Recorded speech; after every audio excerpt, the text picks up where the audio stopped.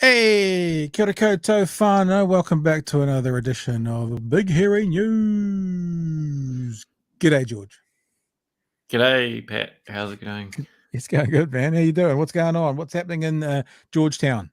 It's just shit everywhere. Moving house.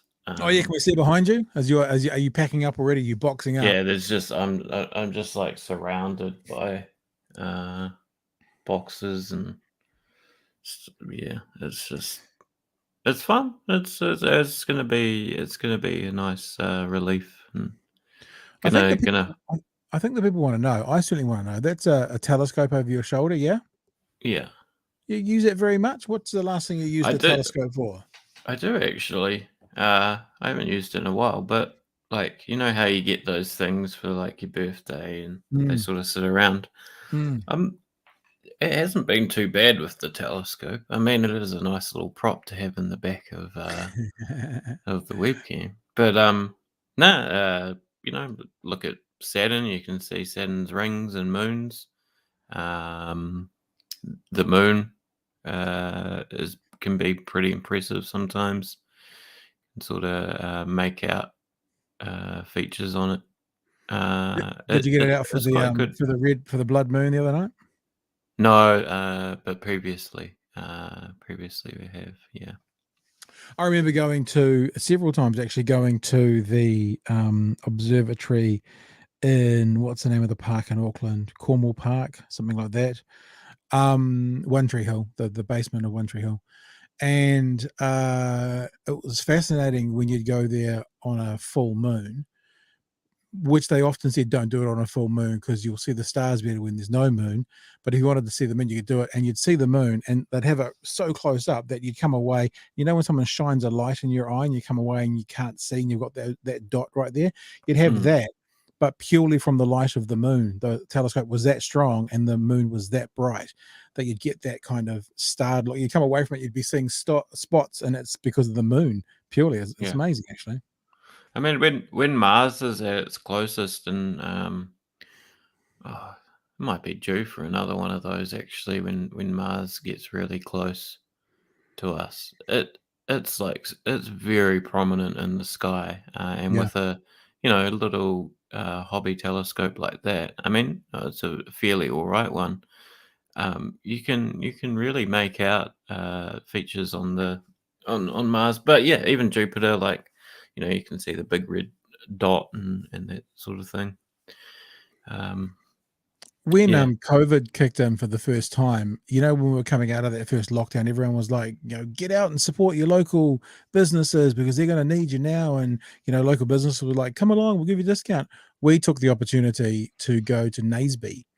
And in Naseby, they've got that kind of, I'm going to word this incorrectly, but the sky is a national park. Like it's a dark sky philosophy or something like that. You're only allowed to have certain lights outside the buildings. And we went up into the hills above Naseby and did one of those dark night sort of treks. We were in a cow paddock looking up at the sky, and yeah, it's amazing actually. It's for those of us who live in cities, it's quite unbelievable. There you go. Rob's got it for me. Thank you, Rob. Dark Sky Sanctuary. You see Rob's got his banner, his two-tick banner there. Good on you, Rob. Yeah, and it was amazing. So yeah, I find that it's one of those things that, you know, sometimes you play games like, oh, if you had $1 million, what would you do? If you could go back in time, what would you do? All those sorts of things. I've always wondered what it would be like to be right here, exactly where we are, like 500 years ago, like so before any European settlements, anything like that, what the sky would look like, what the birds would have sounded like. But equally, I think about like being in the center of Australia now, like out by, you know, I don't know, right in the very center, no towns, no nothing, what the sky would look like. I often hear from people who go hiking and stuff about the skies and what they look like up in Central and that. And yeah, it'd be a fascinating thing to experience at some stage. Yeah, I mean, I'd love to go to one of the poles, like Antarctica, just to see the sort of vastness of it, like another planet. But also, to see the northern or southern lights at one of the poles would be fun. Yeah, cool, man. I had a busy day as well. I spent a good portion of the day, maybe hour and a half, hanging out with a guy called Mike Rinder. Here's a little picture. Mike Rinder is a former big wig in Scientology. If people are a fan of sort of religious conversations, they might know the A&E series Afterlife with Leah Remini that he made with her. As you can see his Emmy in the background for that television series. And I spent, I put this tweet out today. This is a screen grab. The first time he made me laugh being rude about Scientology, I think is what I said. Had a fun time talking with Mike Rinder about his book, A Billion Years, and Scientology in general. Here's a screenshot of the first time he made me laugh being rude about his former religion, episode out Friday. So, yeah, that was a really interesting day. And I got into one of those zones where I couldn't stop. And so I did it all and edited it all and put it all together. So it's all done and up, ready to go. And there's a clip up online right now that at some stage during the maybe tonight, maybe tomorrow, if we've got some time, I might fire off the little clip there out of the conversation. The clip is about, I mean, I don't know if you follow this stuff very much, George, but in about 2005, South Park did this big expose about what Scientologists really believe. And they did like a cartoon series of what the intergalactic Lord Xenu and all this kind of stuff. I remember it very well, yeah. Well, he was one of the top kind of 5 guys for Scientology in the world at that stage. So the question I asked him, which is the clip, is what happened the day after? Like behind closed doors, what happened the day after that episode came out? And so that's what the clip is. That clip's on YouTube and stuff right now. But also we might play it at some stage this week just to tease people for what's coming out on Friday, the full episode. So yeah, I've had a big old day doing that, and I'm going to rebuild my deck as well. So I went and bought a whole bunch of timber. We call it timber in New Zealand, don't we? It's expensive, man. Sheesh. It's going to cost me probably just for the timber to do my deck $1,600 or so, between $1,500 and $2,000 just for the timber, and I'm going to do it myself. So awesome. So I'm going to save on that, but yeah. $1,500 to $2,000 for the timber. My deck was built with the house in 1960, and you step on it and you kind of go at the moment, but all the joists and everything underneath are really solid as a rock. I've had them inspected by builders and stuff, and so all we're literally doing is pulling up the decking and putting new decking down. So it's a replace. It's not a job. It doesn't require any kind of engineering or anything like that. It's literally let's pull that rotten one up and put down a new one. But yeah, probably $1,500 to $2,000 to do that. Got a family coming down for Christmas.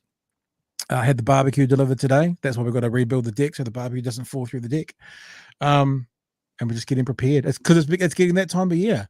It's the middle of November.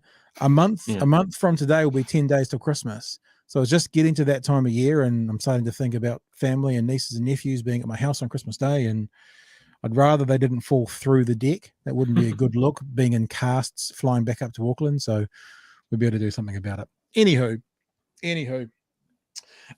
let's get into some stuff, shall we? Hello to everybody. Hello to everybody who's in the chat already. Good to see you all. There's a bunch of things we want to talk about tonight. It's rather than often we have like big half-hour interviews and conversations, that it's more kind of 3 or 4 smaller things that we'll just chat through and talk about. The first one is kind of a continuation of this conversation that we had about the midterms, and it's really, I don't know, I don't want to gloat too much. It feels a little bit gloaty. But this is from Kyle Kalinski's newsfeed, Secular Talk. And he put up there this MSNBC clip. It's 2 minutes long, and it's just MSNBC sort of 2 days after the midterm elections, just reflecting on all the people talking about the red wave coming. There's not too much to add to this, but I thought we'd probably enjoy watching it. That all the people said the red wave was coming, and some went further than that. They were giving out guarantees it's going to be a tsunami and stuff. And then we'll just actually have a look at what the numbers are today. Although we already know there was no red wave in the Senate, because the Democrats have got control of the Senate again, and we've got some news for you on Congress as well. But have a look at this, and I'm sure if you're a fan of politics and a fan of, I guess, the left in America, they'll probably enjoy this. So did you hear the news? There was no red wave last night. While this is a pretty surprising development to most people, including us here at the desk, just imagine being a viewer of Fox News today after weeks of being promised one. Be an analyst for a second. Does it feel like a red wave? It feels like a red wave, Brian. You know, your predictions of a red wave are accurate. Somebody made a surfboard, said the red wave is coming. Red wave rising. That red wave that I'm convinced is coming. The reports I'm seeing show a big red wave coming. Sleepy Joe just guaranteed a red wave in Pennsylvania. There's a lot of energy on the ground. You probably hear the rally in the background right now. We think we're going to have a big red wave in Michigan. Wow. Democrats are bracing for the worst case scenario, a red tsunami. We are officially on a red tsunami watch. Sean, we're going to see a red tsunami. Red tsunami grows. That means red tsunami. And we're not just going to see a red wave. We're going to see a red tsunami. Let's Poverty. go back we're to not just this. going to see. I want to mention something. We talked about this last night. That means So see that there. One of the reasons people were saying that the Roe versus Wade overturning wasn't going to apply, and I talked about this last night. So this is really for you, Georgian, if you want to comment on it. As many of these commentators were saying, yeah, don't wake up every morning thinking about abortions, but you do wake up every morning thinking about how am I going to pay for my groceries. You know, the economy is the top issue. There you go, 80%, right? What the exit polling showed was 30% said economy was the top issue, and 30% said Roe versus Wade was the top issue.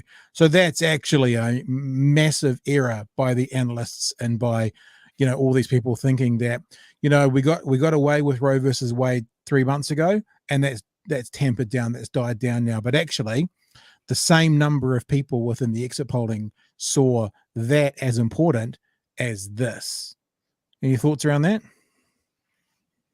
Yeah, I guess more generally, the theory at the moment does seem to be that the craziness of the Republican message, and possibly voters actually thinking about the economy and, as you say, also abortion, rather than the teacher's going to turn my kids trans or whatever else, is actually led to the lack of the red wave. That seems to be the theory at the moment anyway. So yeah. And that's a beautiful point you just made about the turning my kids trans, because Ben Shapiro is going to come up in this little vignette, this little, what do you call it when you slam a bunch of clips together? Whatever the correct word for that is. Montage. Gonna be a montage. And he goes exactly there, basically saying that, because of what the Democrats have done, he doesn't quite say, transgendering our kids, but he says, that's the reason there's going to be a red wave, and it wasn't. Red tsunami. And we're not just going to see a red wave. We're going to see a red tsunami. Poverty, joblessness, critical race theory, crazy gender ideology in our schools. We are going to see a red tsunami. And lastly, your prediction for tonight. I think we're going to have a red wave. I think it's going to be maybe bigger than anyone thought. On Tuesday, we will be part of a big red wave that says enough is enough. Up next, Elon Musk ready to ride the big red wave. Elon Musk tweeted massive red wave. Massive red wave. Massive red wave. Massive red wave. You're about to see a red wave that makes day after tomorrow look like nothing. That's going to be responsible for the red wave. I think the red wave that's coming is going to be like the elevator doors opening up in The Shining. Rogan said that the red wave is going to look like the elevator doors opening and the blood pouring out of the elevator in The Shining. Like the elevator doors opening up in The Shining. That is correct, except it's not going to be an elevator. It's going to look more like Deep Impact, the tsunami at the end, but colored red. Remember that Taya Leone Deep Impact disaster movie? That's the red wave tsunami that'll come ashore. It's going to be a brutal week for the Democrats beginning on Tuesday. And frankly, I've already DVR'd CNN and MSNBC for election night, not because I'm going to watch, but just because I want to enjoy the tears post-red tsunami. What happened to the red wave, Congresswoman? So there you go. I mean, like, it's always got to be careful sort of gloating a little bit, because, they're still going to get control likely. If they haven't done so already, they were very close to getting it. I heard them at 217 picking up Congress. It's actually refreshing CNN as we speak. CNN has them at 215. Maybe they haven't quite projected 217, but they're going to get it. And when they get Congress, this is the Republicans. That is, they're just going to cause mayhem. They're going to put every obstacle in the way to make the government be less effective in America.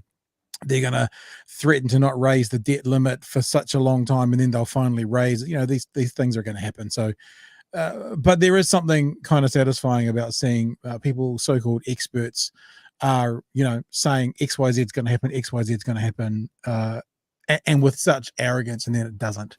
So I don't know. I think it's enjoyable to watch. I mean, you should call out the gloating when you see it, though, right? Because I mean, MSNBC, 2016. There's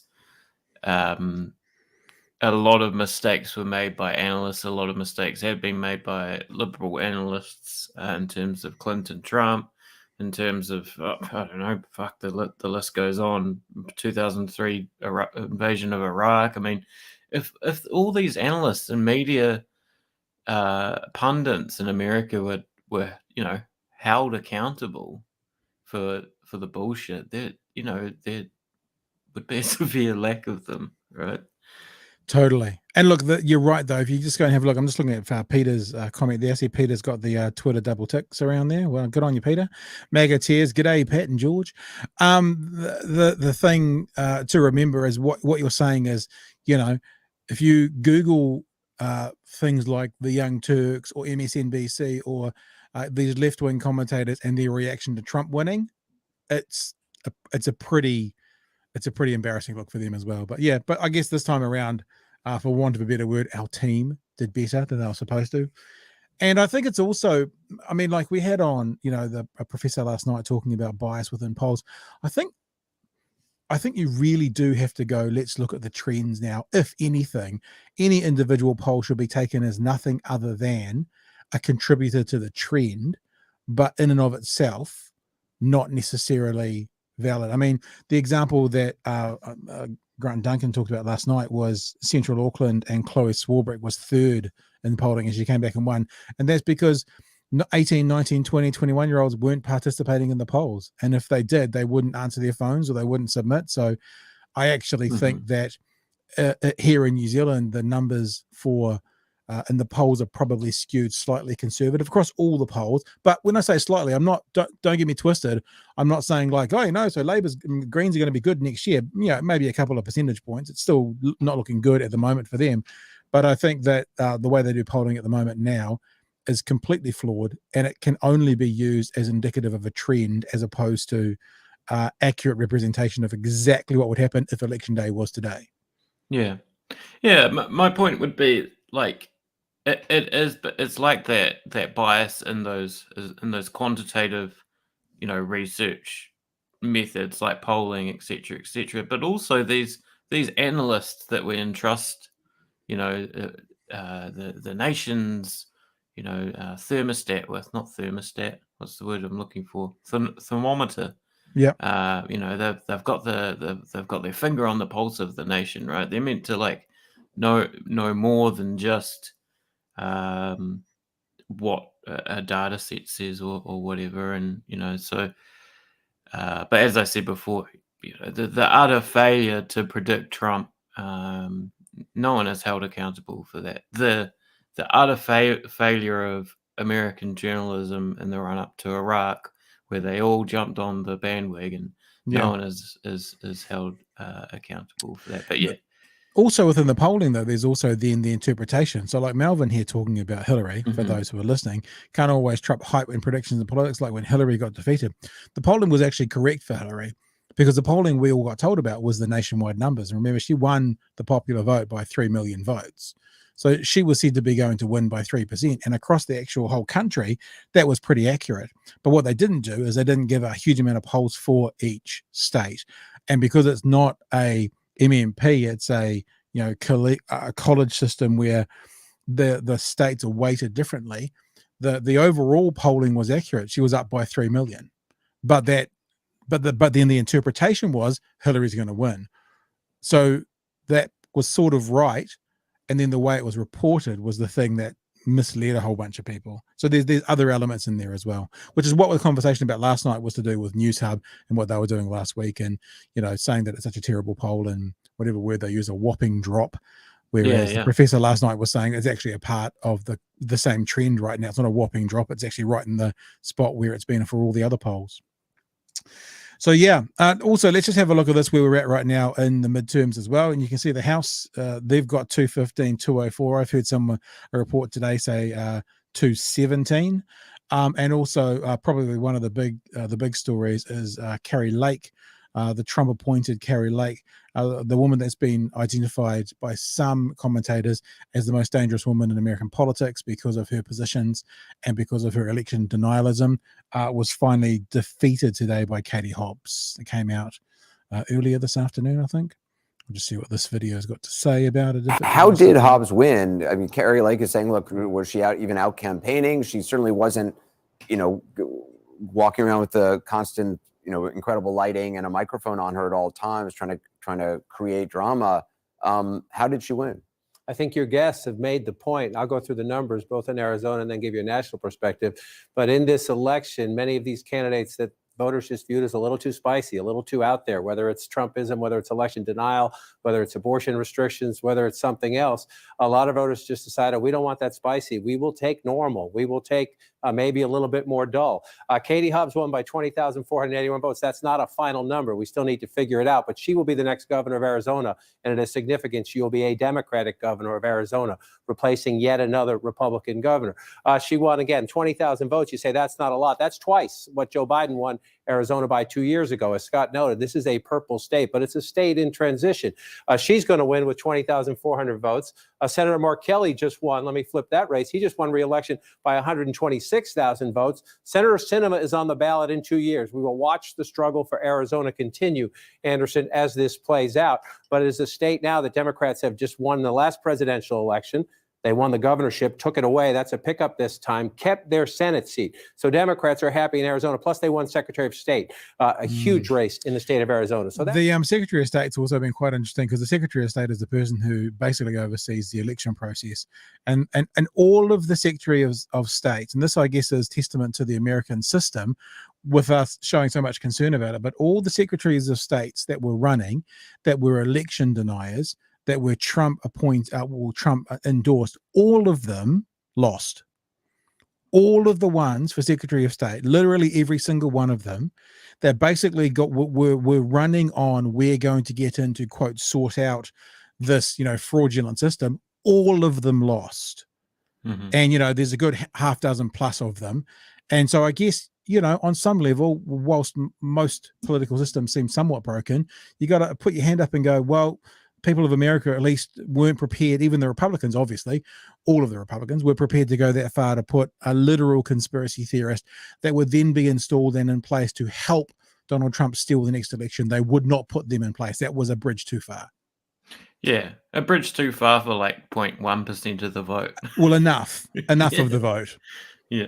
The other thing, just quickly, that I picked up on is, and I repeated this analysis a little bit when I said, people get afraid of the, or they get turned, maybe, there's the speculation that people in America are getting turned off by the constant sort of paranoiac sort of trans people, turning your kids trans or the, constant stuff about the woke left and all this stuff. You heard the CNN anchor there talking about, oh, maybe the politics was a bit too spicy and they just wanted something dull.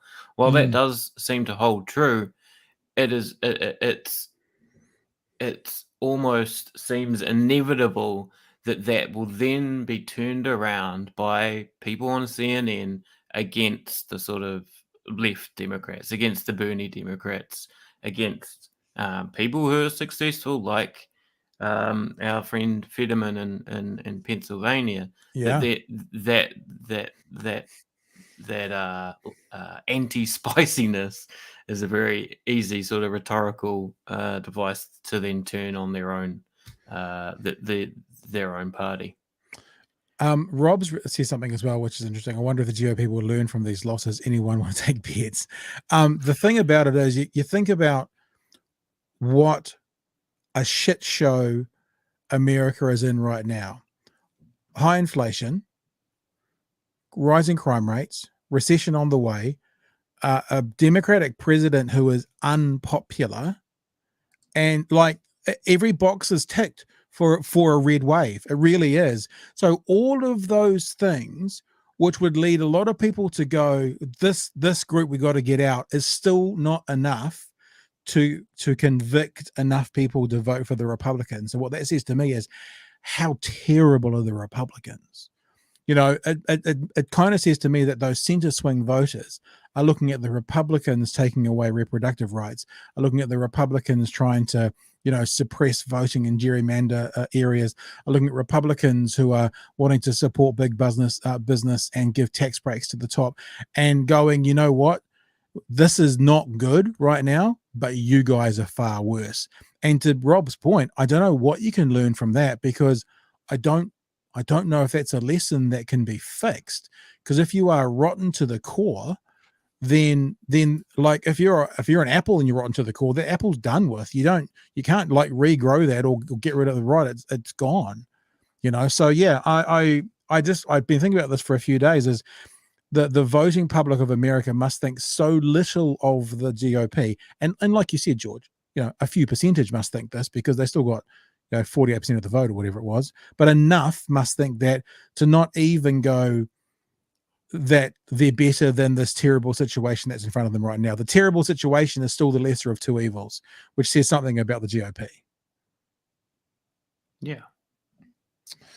Yash. All right. Speaking of elections and speaking of politics, let's have a look at some news out of New Zealand elections today. There's been a government, I think it's still got to go through its third reading, but government reaches a compromise with National on electoral law change. You might say, what's the government doing talking to National about law changes? And I think the reality is to have something, and you forgive me, the words popped out of my head, but to have something enshrined in legislation that can't be turned over by the next government, it needs a 75% majority. So when it comes to this, they wanted a 75% majority. So they worked with National on this to get that 75% majority through compromise. The government has reached a compromise with National in order to get its new electoral legislation over the line. The Maori electoral option bill initially proposed, allowing Maori to switch between the general and Maori polls at any time, as many times as they would like, including on polling day. Currently, the Maori electoral option is held after each 5-yearly population census and runs for 4 months. An exemption has been put into the bill for by-elections, but now exemptions will be able to be made for the 3 months up to the general election and local body elections after calls from National. So basically, once every 5 years, people need to decide Māori role or general role. Labour was saying, well, people should be able to flip between the two polls as much as they want, right? Sorry, the two roles as much as they want right up to election day. And National was like, no, I don't know about that. And I thought, is this National just, you know, kind of getting in the way? But this is from the original story from back in June, I think it was. Oh, no, it's not. It's that one there from back in June. And these are the concerns that the opposition did raise. The National Party said it would not support the proposal as it was currently written, this is June, unless the government made several amendments. Justice spokesman Paul Goldsmith said he was concerned the bill in its current form, so that's imagine it was flipping anytime you wanted to, right up to and including on election day, could allow the system to be gamed. I read that and I went, really? How would it be gamed? And he said, referring to the 5-year window, he said, this has been a process whereby we ensure that there is a proportionality between Māori wards and general wards by linking that with the census. In other words, every electorate is a certain number of people, whether it's a Māori role or whether it's a general role, right? If you have significant movement between those two roles, between the census, then you could have an impact on proportionality. We think it is reasonable concern that we would expect the minister to acknowledge that. And you know what? I think that's kind of fair. I mean, if you've got a certain number of people in the general role in a certain electorate and 1,000 people decide on that day to jump off one role onto the other, that could change the outcome of an election proportionally. So I think that's not a terrible, at least, concern to raise. It's a theoretical concern. I think as Shaw, James Shaw says in the same article, it's a bit cynical, right? It's the same as it's the same as the voter security, like people suddenly saying, "Oh, everyone should have ID because then someone might vote twice," and it's like, really, to game all this to organize, lots of people, and we're talking about lots of people to do this would be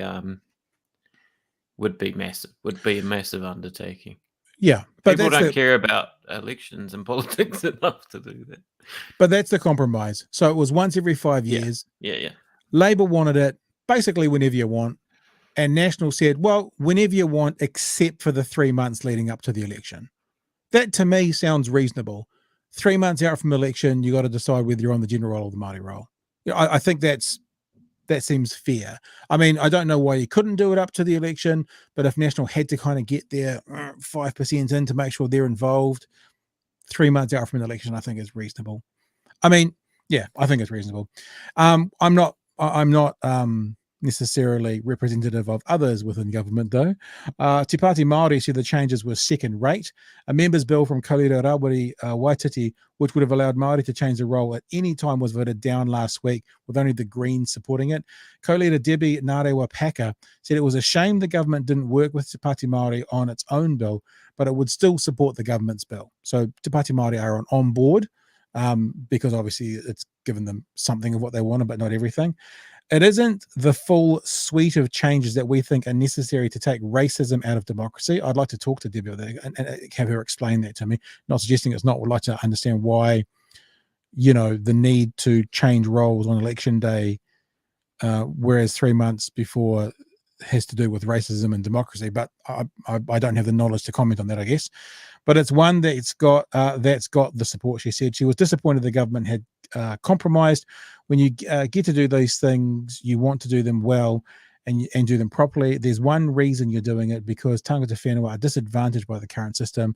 A half pai ka pai will never be enough, or will never work for us. Kerry Allen admitted the reason for Labor voting down Waititi's bill was because of its own bill, and the Speaker ruling it would need a 75% majority. So that's where they needed to compromise. The Speaker had ruled that. The bill is expected to pass its third reading this week, with the changes set to take effect in March, in time for next year's general election. Any commentary? You got some comments here you want to throw up, George? Politikiwi says, bit off Pat, it's only entrenched if it is specifically listed in bill as entrenched, which is basically unheard of. The Constitutional Convention, no legal power, is that electoral was near consensus. So yeah, pretty straightforward. The other one though, Politikiwi, since the 50s, no electoral law change has occurred without agreement from both Labor and National. It's an unspoken rule that could be broken at any time. Very fragile democracy. Right. Very good. Well, as I said, I mean, maybe I worded it wrong, but the Speaker of the House said it had to be a 75% decision. Yeah. So they had to get National on board, whether they liked it or not, I guess. I'm not sure why. I'd also be interested to delve into, and if anyone has any perspective on this, how come the compromise, as Debbie Ngarewa Paka said, doesn't take, quote, racism out of democracy, as opposed to if those extra 3 months were in place, it would take the racism out of democracy. I wonder what that difference is. Well, like why those 14 extra weeks would mean racism out of democracy, why 14 weeks fewer is the racism not taking out of democracy. I'm interested to know what the rationale behind that is. People are welcome to share their thoughts in the comment about that, and if they are, if you've got a perspective, they're happy to share it. I don't think should probably talk about. I don't want to speak for her, but she probably wouldn't talk about the time difference, even though that's what is quoted. But that seems to be the only difference. Like they want, Te Pāti Māori said that they wanted basically what Labor were first suggesting, Rawiri Waititi, which would have allowed Māori to change roles at any time, which is what Labor was suggesting, and then they compromised to the 3 months. So that seems to be the only difference, unless there's something that's not listed. That is another part of that legislation, perhaps.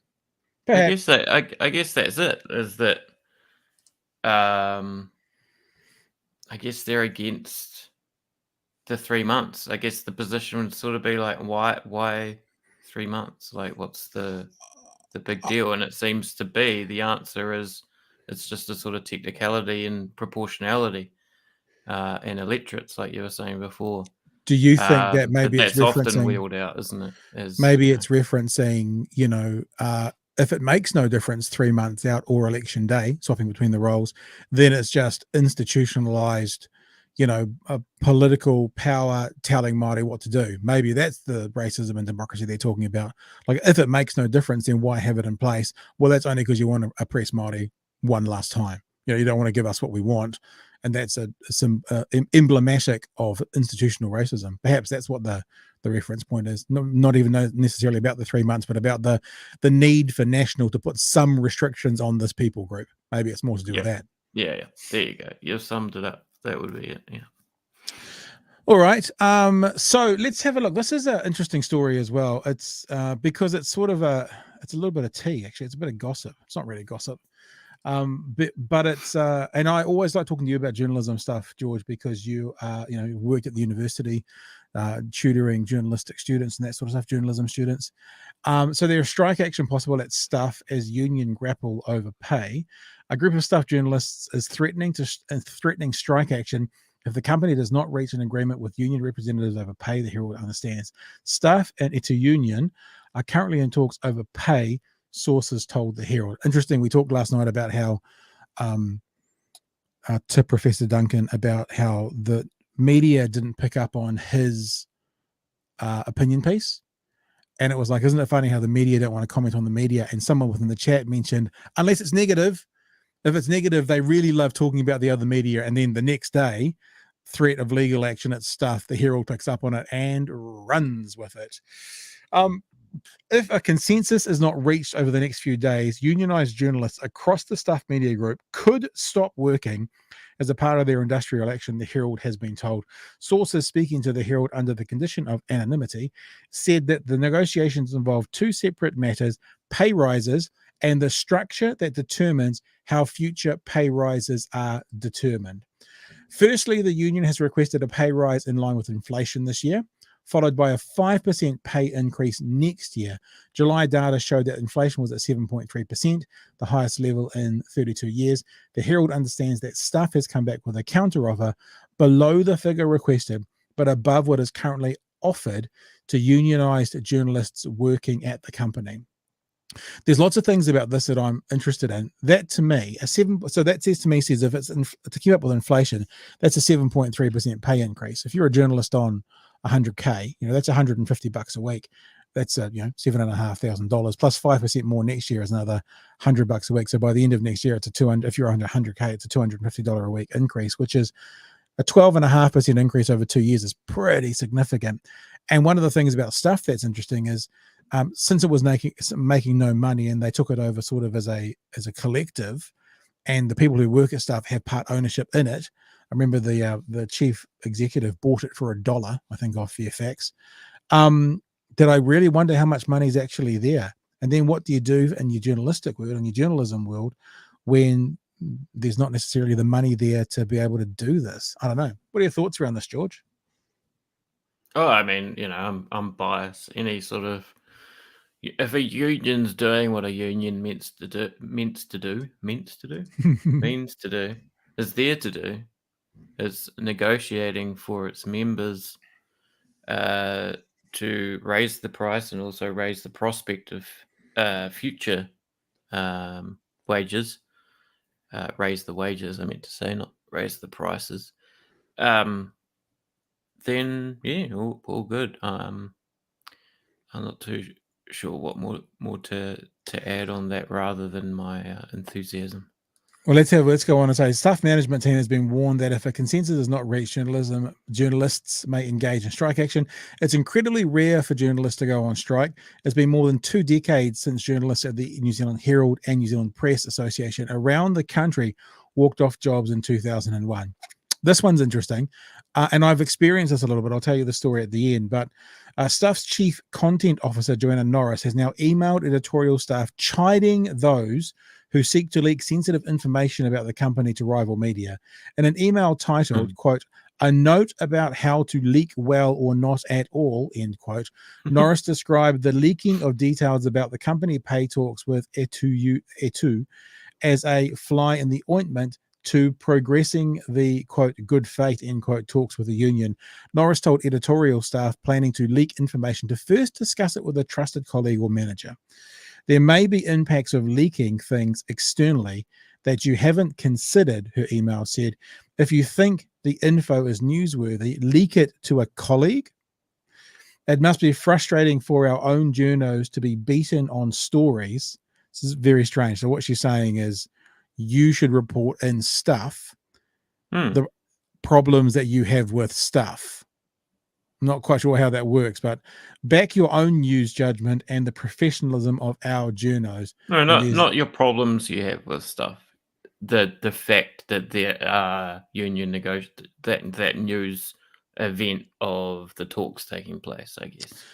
I was at News Talk ZB when Tony Veach was found. Those details about him assaulting his then wife all came out.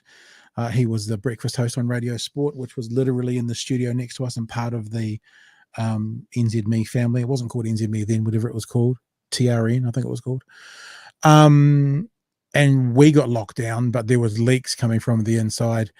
There was one particular, I was there actually when he left. There was one particular, we didn't know this, but there was one particular journalist working for Radio Sport that was leaking all the information as to what was going on about women in the, I don't know if you remember the story, George, but there was some pretty horrific, like broken back, thrown down the stairs. That was pretty horrific. And some of the women that were then forced to continue to work with Tony Veach weren't that stoked about it. And so one of the guys who was working at Radio Sport was leaking some of this information to other sources. And I remember when he got found out and he left and he walked out of the, I was there, he walked out of the room and he screamed something like, if you think they've had good information so far, you wait till tomorrow. I'm like, well, fuck, that's on. But the thing about this that I find intriguing to do with stuff management is if it was the other way around, they would be lapping it up. Like if it was the Herald or if it was, another group like that, Media Works, whatever, that would be front page for them. And part of me kind of thinks about good for the goose, good for the gander, suck it up, buttercup, because what can you really do? And it's what workers do when they're fighting for what they want to fight for, is they embarrass the company into having to make a change. So yeah, anyways, I've seen it from the other side as well. Part of that story, I guess, is also about, and it was even mentioned that journalists aren't usually you don't historically get the nationwide solidarity of a journalist strike necessarily as compared to other industries. And, Yeah. Maybe that says something about the industry and the profession. But I guess, and this is speculation, but part of the leaking it is about getting that, possibly other journalists from the Herald or whatever on board, or at least taking notice or talking to their union representatives about it. Yeah, I'm interested as to what I mean. The only union I've ever been involved with for myself is the teaching union, and that is it's the same union pretty much for everyone in the country, but it's not a commercial entity. I would have thought that the union that's looking after the staff journalists probably also looks after other journalists as well. So like you say, it's like in the old days, you see those stories coming out of Detroit and stuff about, when they went on strike properly, it was like not only the company that went on strike, but it was all their like colleagues for other companies who are a part of that union as well to put extra pressure on. So yeah, I'm interested to see what happens there. I'm interested because I also understand that there is a bottom line in business. I understand that stuff was not making money when they took it over. That's why it got sold for $1. That there's not a bottomless pit. And as we're about to do, go into a couple of stories where there are other entities around the world slashing jobs because they're poggers. Because they're poggers. What's a pogger? Like they're like that little frog or something. Oh. Elon Musk, he's poggers. That's why he's slashing jobs, because he's a giga chad. Quickly, I'll say it too is aviation, comms, including journalism, community sport, engineering, infrastructure, manufacturing, food, public commercial services. Right. It's huge. Right. I am a member of ETU. People don't usually talk about their union membership, which is You are interesting. personally. Yes. Yeah. Right. That's like a sort of interesting, like faux pas, or like sort of social norm. Yeah. I guess because it does it sort of is a area of contention for some people. Before we leave this, though, I just really wanted to highlight Cookie's little thing here. Beating on, leaking externally. Yeah, the innocence of the world is gone. Yeah, it'll be. I'm interested. I'm sure there'll be some. I mean, like, it's a negotiation, isn't it? Normally, you say, "I want $100," and they go, "We've got $20," and you go, "Well, I'll take 90." Well, how's 50? Well, how's 60? Okay, we'll settle on that somewhere. So, I mean, I'm sure the leaking. I guess I wonder if the leaking of the stuff will help or hurt them, or make no difference at all. I suspect it'll make no difference at all, other than embarrass them in other media outlets. Like yeah, not that we're commenting on it necessarily. This is related to Twitter and stuff, which we're moving on to. But if a company has a bottom line, yes. If we take capitalism really literally, a company has a bottom line. If it can't meet the cost of labor at any given point, and ta-da, labor is actually conscious and able to say, hang on, I'm worth more than this, or hang on, it costs this much to live at the moment, then that company cannot afford to run. Yeah, look, I agree with you. I've had this conversation with numerous people. It's like, if you can't afford to pay XYZ, be that your staff, or be that your rent, or be that the cost for your car, or whatever it is, as a part of your business, then that says to me your business is not viable. So that's the other option. But then that's the flip side to that, though, George. And I'm not saying so therefore fuck them all. But the flip side of that is then stuff doesn't exist, and all those journals don't get to fight for anything because they've got nothing. And I know that that's unfortunately perhaps a threat that gets used by businesses to keep their wages down, but it is also, and I think we saw this with COVID, with many publications, including one I talked about earlier with Radio Sport, just disappearing, gone, never to be seen again. The Listener, gone, not to be seen again. I think someone's rebought it, but so there is another side of that, which is at least worth consideration as a part of the negotiation. Like, it would be silly to have a worker for a business, put the stresses on their business that's paying them so as to enable that business to fail. So that's, I guess, the negotiation, perhaps.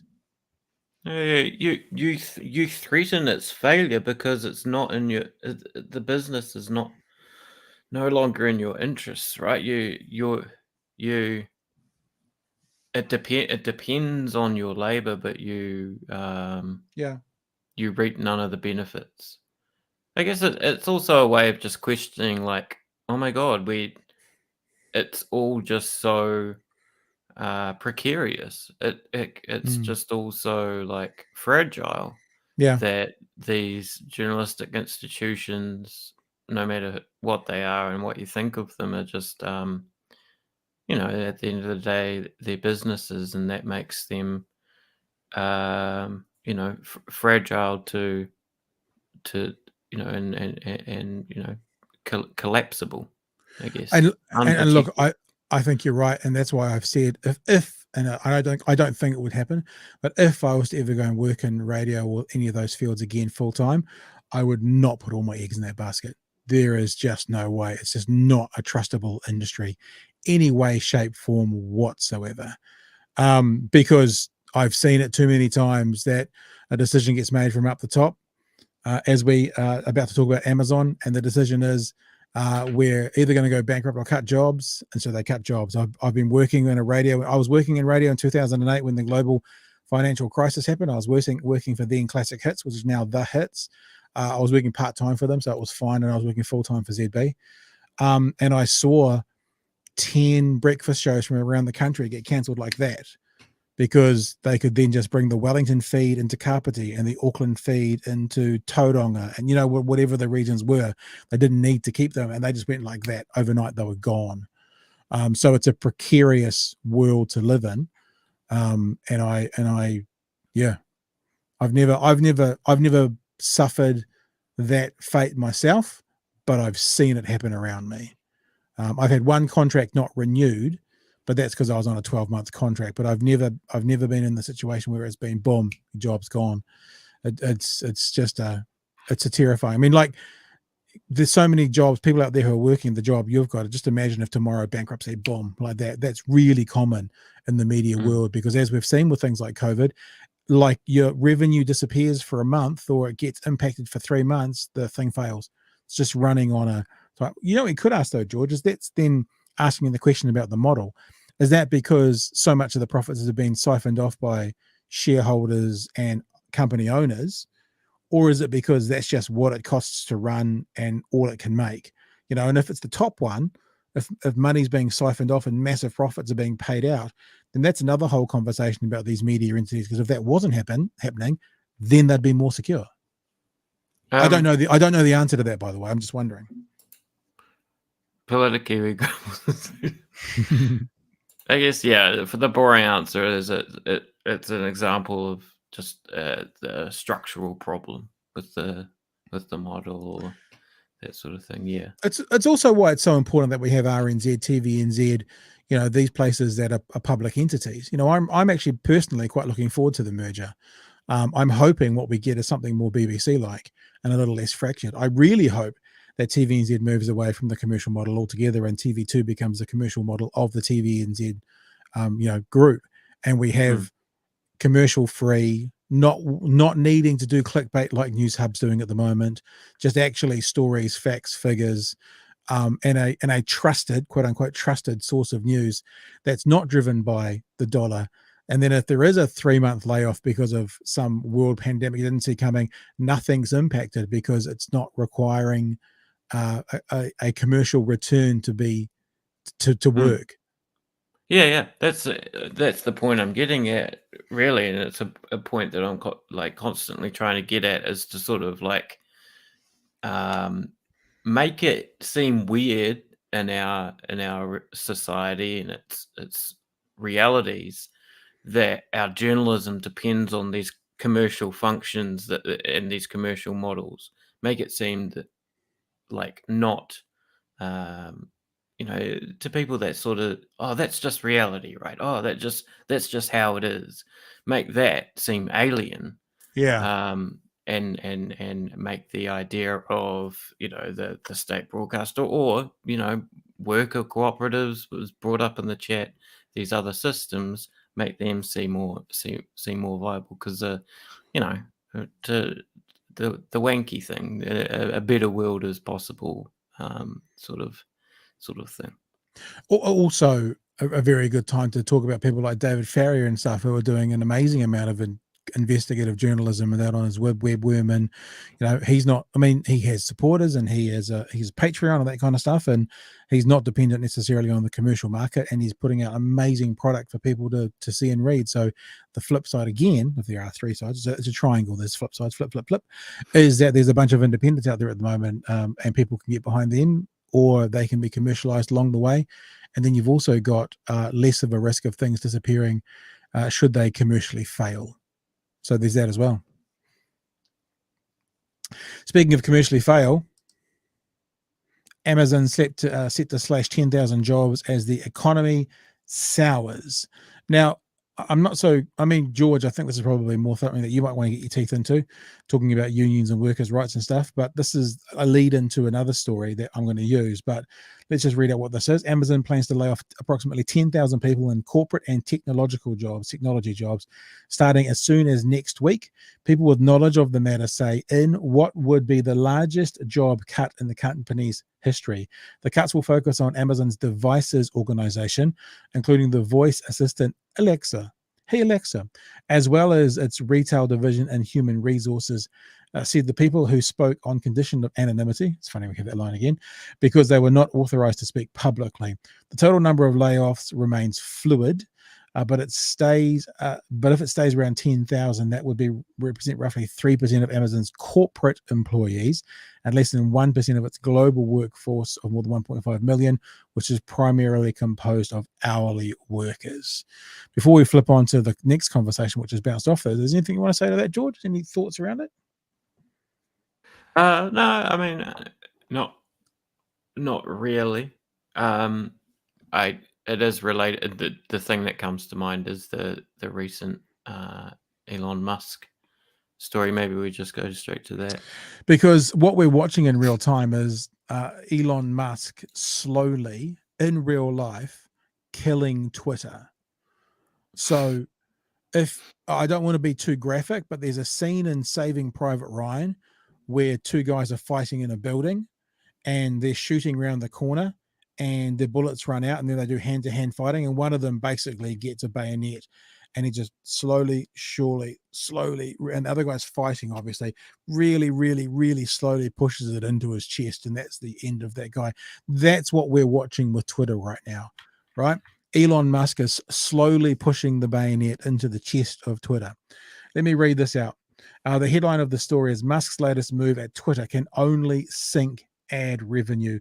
Worries about content moderation have been at the heart of why many of the site's advertisers, such as General Motors and Pfizer Inc., have suspended business with Twitter, adopting a wait-and-see approach.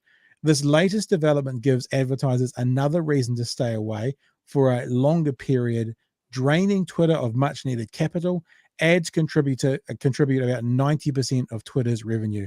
Without an adequate number of content moderators, speaking of layoffs, they're the people that he's just laid off, a huge number of them, there is a greater chance that hate speech, harassment, misinformation, and spam will grow on the site. That is a bigger problem for Twitter than for sites like Google or Facebook, where ads are based on search results or more specific targeting. On Twitter, advertisers want to create a positive awareness of their brand, and that is going to get much harder. So what Elon Musk has done is he's done this free speech. We're going to do free speech. We're going to cut the numbers back. We're going to give Donald Trump his account back. And the advertisers have gone, this is not the model we've bought into. The model we've bought into is the model that was there 3 months ago. That's where we want to advertise. And as much as many of us complain about Twitter and complain about the rules around it, Chewy's a perfect example of someone who gets booted off Twitter for saying a joke which wasn't a joke. But as much as we complain about that, it leads advertisers, for want of a better word, to consider it a safe space. A place where they're not necessarily going to have their ads popping up around Ku Klux Klan comments or transphobic comments or any of these things. And if they do, they quickly get dealt with. So now the advertisers are going, well, hang on, we don't know what's going to happen here. This is not the Twitter we signed up for. We need to see what Twitter is going to be before we get back involved again. Elon Musk has come out today talking about SpaceX is going to start advertising heavily on Twitter. So his own company is going to start advertising on his other company to get the revenue up. Because I don't know about you, George, but every time I look at Twitter, all I can think of is trying to find a $200,000 flight to space, because that's just actually what I'm looking for more than anything. So what we're actually seeing is one of two things, in my opinion. Either the death of Twitter, because it will be declared bankrupt if it doesn't have the revenue to continue on, or we're going to see Elon Musk massively back down and basically continue on with Twitter as it was 6 months ago, to the disgust of many conservative right-wingers. George? He seems to even be like losing some of those people, and I mean, I don't know, it sounds weird to say Elon Musk fans are going off Elon, because those guys are sycophants, but it because he's just been totally humiliated. The bullying, the owns have been, pretty full on, and he has shown his ineptness at returning the bullying or returning the just utter piss taken. It's quite sort of, I feel almost embarrassed for him, and I think it's really gonna sorry, this is a bit more general, but I think it's really going to like rub some of that shine off him that Totally. that like everyday people, everyday sort of tech dudes and stuff had about him. It's just sort of pathetic. He's done this horrible job and especially like this is all his mates make millions off buying companies and restructuring them and doing whatever, and he just seems to totally have ballsed it up, and I think he has because of this sort of weird kind of almost this childish, this boyishness that he has about things, where basically it was almost like a vendetta for him, or like you bringing think about comedy back. You think whatever that about the means. people that you would mention in the same breath as Musk. I'm talking about wealth-wise, the Jeff Bezos, the Bill Gates, the Steve Jobs, the Elon. Those people who are these tech people, top of the world. Multiple billionaires many times over. The other guys don't have these massive embarrassments. I mean, you could say that Steve Jobs, when he went off, and I think he started up the company Next, which was a computer company, but then that got bought by Apple, so he made plenty of money out of that. But they don't do this. It's like, I'm sorry to use a sporting analogy, but LeBron James is supposed to be the best basketball player in the world at the moment. Yet the Lakers last year had an embarrassing exit, and it's actually, I said this last year, it's actually impacted his legacy. It's tarnished his legacy. And this Twitter fiasco with Elon Musk has sort of done the same thing. This person that everyone looked up to, I mean, Tesla cars, amazing. I'd personally love a Tesla car, that kind of thing. He was, as much of a geek that he is, he was kind of one of the cool kids in that sort of zone now. And now everyone's just looking at him going, I heard a commentator today talk about when Donald Trump went, who knew healthcare would be so difficult? And the commentator was like, everybody except knew that healthcare would be difficult. And it feels a bit like Elon Musk has gone, who knew Twitter would be so difficult? And it's the same response. Like everybody knew that as soon as you started giving, validation to anyone with a blue check mark and $8 a month, that you're going to get a huge number of people just absolutely spamming one another with fake accounts that have been verified, which then requires more moderators, which is then harder because you've just fucking fired half of them. So it's an embarrassment. It's an embarrassment, and it's something and I don't think I personally don't care about his legacy, but he could have gone off into the distance and on his electric horse, and retired as this, seen by a lot of the world as this, person who revolutionized the electric car world, because he kind of did, and now he's being looked at as he did those car things, but geez, he doesn't know how to run a business, does he? It's embarrassing for him. Yeah. SpaceX is reusable rockets are cool, I should say. I've never been an Elon Musk fan. I think because he's a brander, or also I guess he's an investor, and so many of them are, right? They're investors, not inventors. They're all a bit funny. Like Steve Jobs was a bit funny. He thought he could cure his cancer by eating spinach or something, eating nuts or something like that. And Bezos is a bit. What does he eat? Iguanas. I mean, I guess some people eat iguanas. Eat iguanas. I don't know, I'm just thinking of all the weird things these people The do. lizards. Is that what you mean? Well, by iguanas? they get young lads' blood pumping through their veins as well. Not anymore. Maybe when he was a Democrat, he would. But look, even this weekend, when he, because what he's done, right? This is the difference between some of those other people. Those other people, they do their thing, right? And then if there's someone like Mark Cuban, who's someone that comes to mind as well, they sell their company and then they just become kind of venture capitalists, right? Whereas he is continuing to try and basically revolutionize company after company after company very publicly as well. Whereas, I mean, Jeff Bezos, yes, he's doing the rockets as well, but he's kind of keeping his head down. He's not the show, like someone said, the show pony. Elon is the show pony. And when you put yourself out there like that, when you walk into fucking Twitter carrying a sink, thinking you're hilarious, then you're just making yourself a target, you know? And as Rosie has tarnished his God complex. If you're still on Twitter, or to be honest, ever used it, what makes you think it's imploding? You are his client. Well, it's imploding because he's gonna. There are genuine calls today about the risk of him having to declare bankruptcy. And what happens if he has to declare bankruptcy is it gets broken up and sold off if he can't pay all his bills, and then someone else buys Twitter for $15 billion and he loses $30 billion. You know, it's sort of funny because it like highlights the virtual value of these companies, that they are just sort of propped up.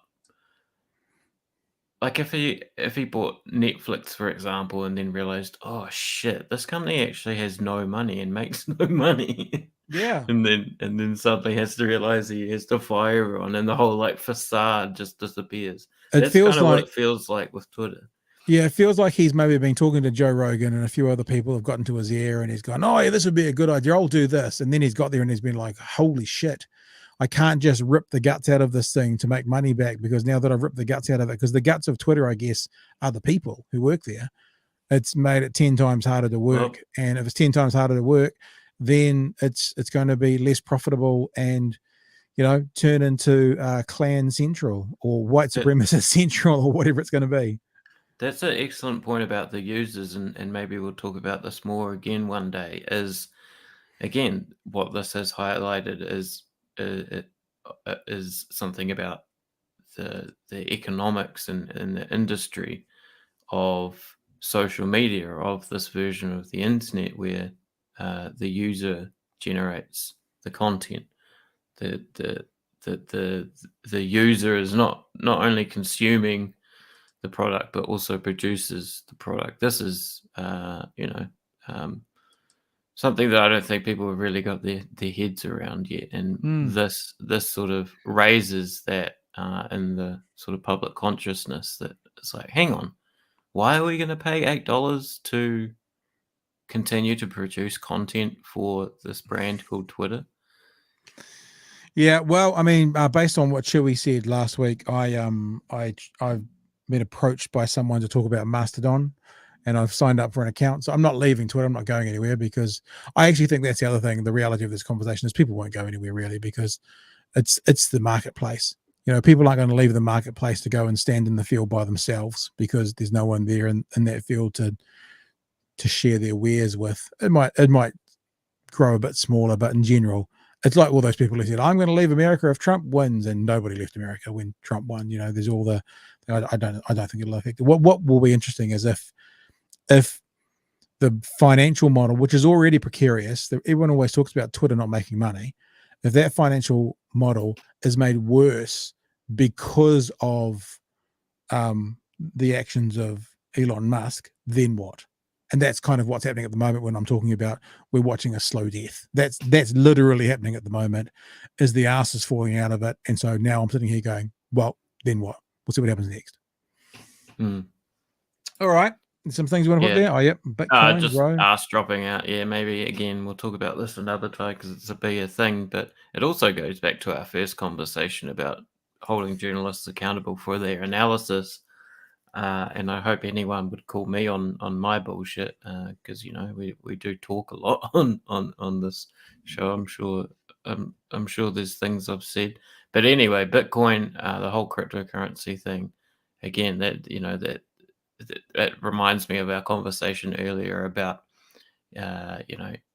Republicans saying there's a red wave coming, or Democrats saying Hillary's going to win, or that sort of thing. Is that whole cryptocurrency industry is again propped up by that virtual value that journalists and cultural commentators and stuff hype up. Yep, get it. If you get involved in that stuff, get in, get out. Don't hang around with things like Bitcoin or anything that's a trend. NFTs, about 1% of people made real good money. Get in, get out. Don't hang around. None of those things last. I mean, if it's basically made up of ones and zeros, at some stage it's going to disappear.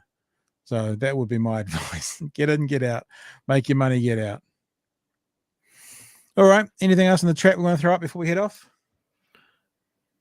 Oh yeah. Yeah. I really hope so. I've potentially got a political Trump commentator running. coming on. Oh, okay, real quick. We'll wrap up with this maybe. I think he now can't not announce, because with the Republican establishment turning against him, although, as I've said a couple of times, in 2014 and 15, the Republican establishment was against him as well until he won the presidency. Well, until he won the nomination. And then they had to get in lockstep. I think that he has to announce, because if he doesn't, that'll be the last total loser move that will actually acknowledge his wrongdoing. It'll acknowledge how weak he is if he doesn't now announce. He's kind of backed himself into a corner where it might not be the best thing to do. But now that George is out of play, I mean, George is good because it means, is it Kirsten Sinema? Doesn't have to be relied on, but it also means that Kamala Harris can leave. She's horrible. Yeah, Kamala Harris can leave Washington.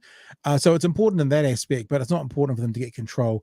Because one of the reasons people were saying that Trump shouldn't announce is how much of an impact that would have on Georgia. Now that Georgia, it's not going to impact really. It doesn't matter if it impacts it as much now. Then I think he will. And thanks for reminding us about that, Free Soul. That'll definitely be a topic of conversation tomorrow. Either way, because he's promised a big announcement. And also, speaking of announcements, through this week as well, I've got a couple of other American commentators who are going to come on and have a chat with us as well. Catherine Mangu Ward, who is when I say a friend of the show, she's a friend of the podcast. She's the editor-in-chief of Reason magazine. She'll be coming on at some stage. Daniel McLaughlin, who's actually a Kiwi based in the US. She's on CNN and MSNBC quite a lot. She'll be coming on at some stage. So yeah, actually, maybe hopefully he has his announcement first. And also possibly tomorrow night, Tracy Barnett. Tracy Barnett is a New Zealand political commentator with some pretty interesting insights into American politics. So we've got a few commentators coming up this week, primarily for the midterms. But yeah, the Trump conversations can be added into those as well. See what do you think? Do you think he'll announce? I think he has to, really. Yeah, no, I agree with what you were saying. I think it would to sort of solidify his position against all this talk of where does the party go now? It's like, which is more bullshit. It's like, where does the party go? So I don't know. He needs to grab it. He needs to think he can grab it with the scruff of the neck and absolutely say, this is my party and you're not going to fucking tell me what to do. I'm announcing for president today. I heard, I think, a commentator on CNN talk about he can still be charged while he's running, but he can't be charged with crimes when he is the nominee. So the idea that he's going to announce so he can avoid getting any kind of charges against him, my understanding is that's not the case. Whether that'll do anything in practice is something different, but that's not the case in reality. So I mean, they may choose not to do anything, but that we'll see what happens. Yeah, so we'll talk about that tomorrow night. That'll be a part of the conversation for tomorrow night. Let me also say as well, we've been talking about media. I've only just loaded this up. I didn't have an intention of doing this tonight, but we will. So we've loaded it up. If you want to be a part of the team, if you want to come and help us make this product and this content that we're making, you're welcome to visit us at patreon.com/Big Hairy News. We had a bit of a plan to try and get to 50 patrons by Christmas. We're at about 27, I think, at the moment. I think we've been up 5 or 6 in the last 27 patrons. And with the conversations around Elon, if you have any interest, you can join the Fuck You Elon level. We've made that $8 a month, the Fuck You Elon level. Get involved in the live Q&As. And also, one of the biggest things is if $8 on Twitter gives you a check and validates you, well, we're going to give you 2 checks. So you can download this social media surround, the BHN social media surround, with 2 checks. So it's definitely twice as good as Elon's $8. And it's not going to a billionaire who doesn't know what the fuck he's doing. It's going to some blokes who don't know what the fuck they're doing, but they're just some blokes. They're not billionaires. So if you're interested, patreon.com/Big Hairy News. So we'll throw that out there, George, at the end. Just throw it out there. Yeah. Good throw. Yeah. All right. Cool. Hey, thanks, George. Good to see you, mate. Good to be with you. Good luck with the moving of the house and stuff this week. And I'm sure we'll be in touch over the next wee while. If you need any help, just shout out. We're around. And other than that, thank you for joining us tonight, everybody, for another episode of Big Hairy News. And we will see you tomorrow night at 10 p.m. And if you're interested, follow me on Twitter at Pat Brittenden, because when Trump does announce, if I can watch it live, I'll certainly be tweeting about it at the same time as well. You know, that Twitter thing, that's we're watching the slow death thing. I'll be on that slow death thing if we're talking about it, and if its timing is that we can see it live as well. All right, guys, all the best. Have a good night. Sleep well, everybody. And George, we'll talk to you when we talk to you. Hooroo, everybody. Oh, I should end the broadcast.